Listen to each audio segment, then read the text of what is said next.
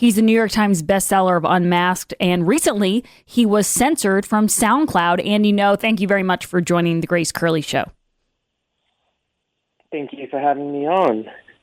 Andy, tell me a little bit about what happened with your podcast, Things You Should Know, being taken off of SoundCloud. Well, over the weekend, I received an email that SoundCloud, who I had paid for to host my podcast, had determined that I violated their community guidelines. They did not specify what was the alleged offending content, but the community guidelines includes things like prohibiting hate speech to prohibiting criminal activities, inciting violence, and even terrorism.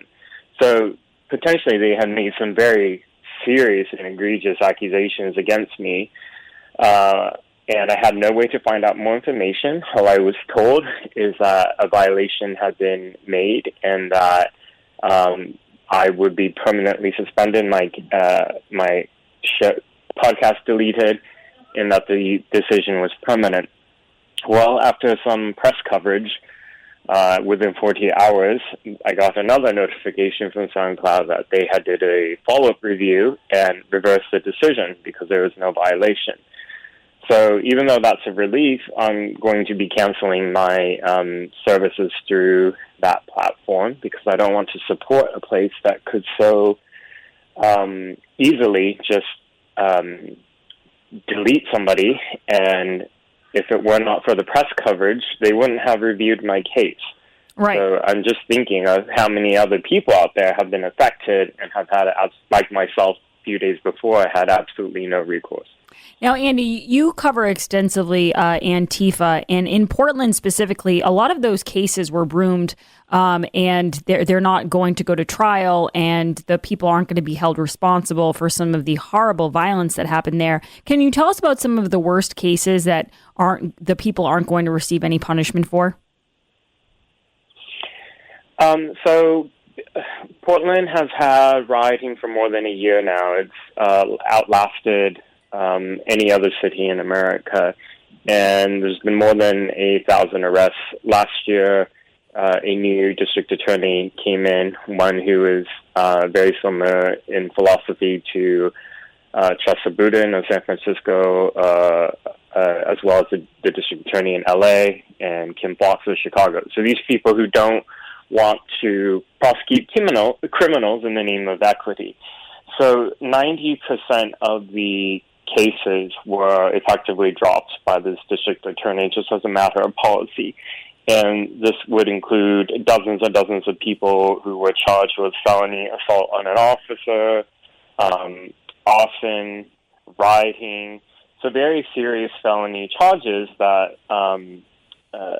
the police used a lot of resources to carry out these arrests. Many of their officers faced really bad injuries, and then the cases would just get dropped. So, that's at the local level. At the federal level, we have around 100, almost 100 cases of those who are federally charged because the federal courthouse last year was under siege for a month when people tried to burn it down. And of that, dozens of the charges were dismissed at the federal level, and those who were in on cases where there were convictions, they pled to a lesser charge and or was given only probation, not actual jail time. So we're really looking at the single digits after months and months of riots of people actually spending any time in jail. Yeah, and that makes me think because, as you know, Jen Psaki, the White House press secretary, has spent a lot of time over the last couple of days trying to really pivot and create this new narrative where Republicans are the party that wanted to defund the police. As someone who covered this and really saw all of the violence happening in these different cities, how, on a scale of 1 to 10, how absurd is that claim, Andy, that the Republicans are the people who wanted to defund the police? It's 10 out of 10 absurd. So she knows what game she's playing, and I know her job is to spin, and spin she did. It's amazing. It's gaslighting. We're gaslit every single day. We were told as buildings were on fire that these protests were mostly peaceful. We're told that Antifa are not violent extremists, that they're civil rights protesters who are peaceful.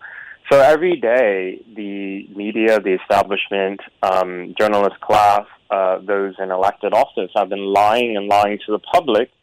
And I've been trying my best as really the only individual covering Antifa full time to counter all that. And it's been, it's a Sisyphean task. It's never ending. It feels impossible.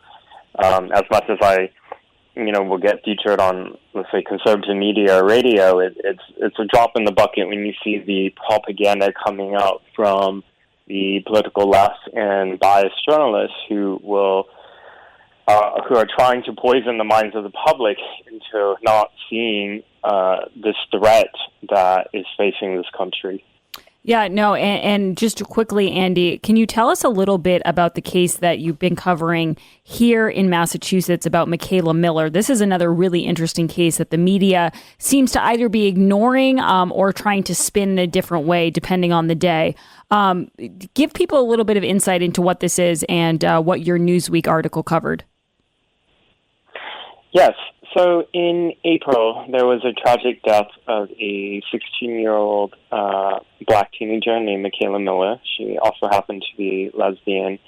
By all what we knew early on, it was suggested that it was a suicide, but then that was determined officially by the chief medical examiner for the state of Massachusetts that it was a suicide.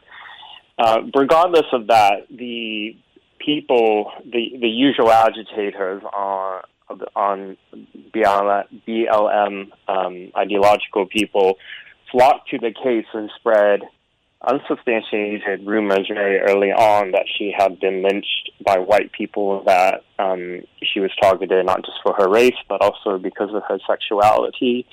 And tragically, her mother also spread these rumors herself and spread discord and distrust in terms of racial relations in the Boston area.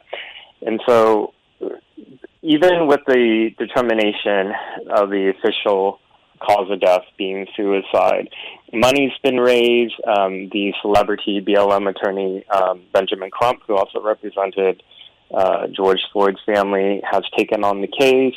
And they're still spreading rumors and insinuations that there was a cover-up, that there was foul play here. And, the activists around Michaela Miller's family has also blamed teenagers who had absolutely nothing to do with Michaela's death.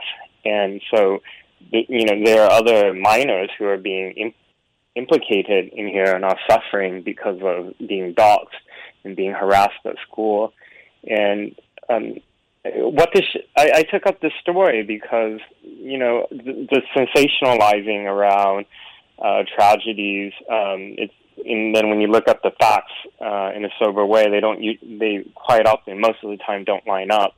I wouldn't call it, the story about Michaela's death was a hoax, in that there's absolutely no evidence that anybody's been able to produce that this was she was targeted on protected categories, and by the accounts, as I wrote in my story, I interviewed the family of the ex-girlfriend, the person who Michaela really loved and opened and disclosed with. She was suffering allegedly from a very abusive family environment, and her mother has a current open investigation for domestic violence against Michaela, and the police report is quite disturbing. The police officer said that Michaela was observed with injuries to her face, and she has said that she had been severely beaten by her mother, allegedly. So, these are the sobering things about the story that aren't known. And, Yeah, and Andy, what I loved about this is you actually tweeted at Turtle Boy, and you said, none of this would have been uncovered if Turtle Boy hadn't kept the original story alive, which I thought was really cool. Andy, I do want to ask you one more question. The last time I had you on, everything was happening with Mumford and Sons, and you, out of respect for the banjo player, Winston Marshall, said, I really don't want to comment on it, which I thought was really awesome because you knew this guy was going, he was under a lot of pressure. Now he's come out, he's made this Substack post, or Medium post, I'm sorry. And it was really, I really enjoyed reading it. I thought it was really brave of him. He said, listen, I tweeted support for Andy No's book about Antifa and, the mob kind of came after me and I'm not going to live a lie and, try to please people. What the media has turned that into, I just want to read you one headline. Mumford and Sons banjoist traded rock stardom for the allure of owning the libs. And so even now, when he just comes forward and says, I just wanted to acknowledge a reality that was happening, he's still getting beaten up by the press. Do you find this all kind of surreal? It is surreal, but we've been through this looking glass a long time ago. These so-called journalists who are in D.C. and New York behind their MacBooks don't know anything about what it's like to face opposition from a mob, to potentially lose everything career-wise. They're very comfortable in their lives when they get to, behind their comfort of the keyboard, smear other people. I think what Mr. Marshall did is incredibly brave. I mean, he, with the music entertainment industry being how politically biased it is in one direction, he's essentially given up everything that he's worked his entire life to build up in order for him to regain his voice, ironically, because he was also a singer in the band. So I can't think of anybody who would throw all that away. I mean, think about, if you talk to conservative figures, they'll say, this person or that person has reached out to me privately to express support, but they couldn't do it publicly because they would lose everything. Well, Winston stood by his convictions and spoke publicly about how he felt in a very thoughtful, eloquent essay on Medium that said very beautifully in a way that I couldn't have said that, criticism of the far left, in this case Antifa, does not mean an endorsement of the far right or any extreme right-wing movements.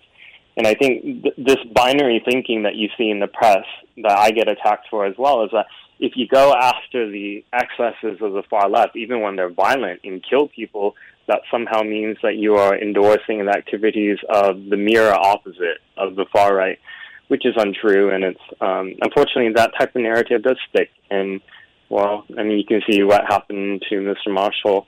He's a very, very brave person, and if only more people could be willing to see that, yes, you do stand to lose a lot for speaking out, but what you gain is priceless.